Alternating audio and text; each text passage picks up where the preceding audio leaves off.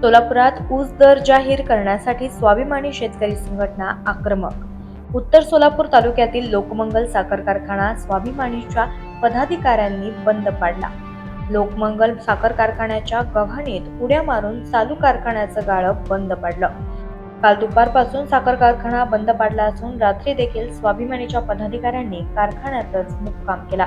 जोपर्यंत साखर कारखाना उसाला दर जाहीर करत नाही तोपर्यंत कारखाना सुरू करू देणार नसल्याची स्वाभिमानीची भूमिका। कडाक्याच्या थंडीतही पदाधिकाऱ्यांनी कारखान्यातच जेवणावळी घालत ऊस दर जाहीर करण्यासाठी आंदोलन सुरूच ठेवलं।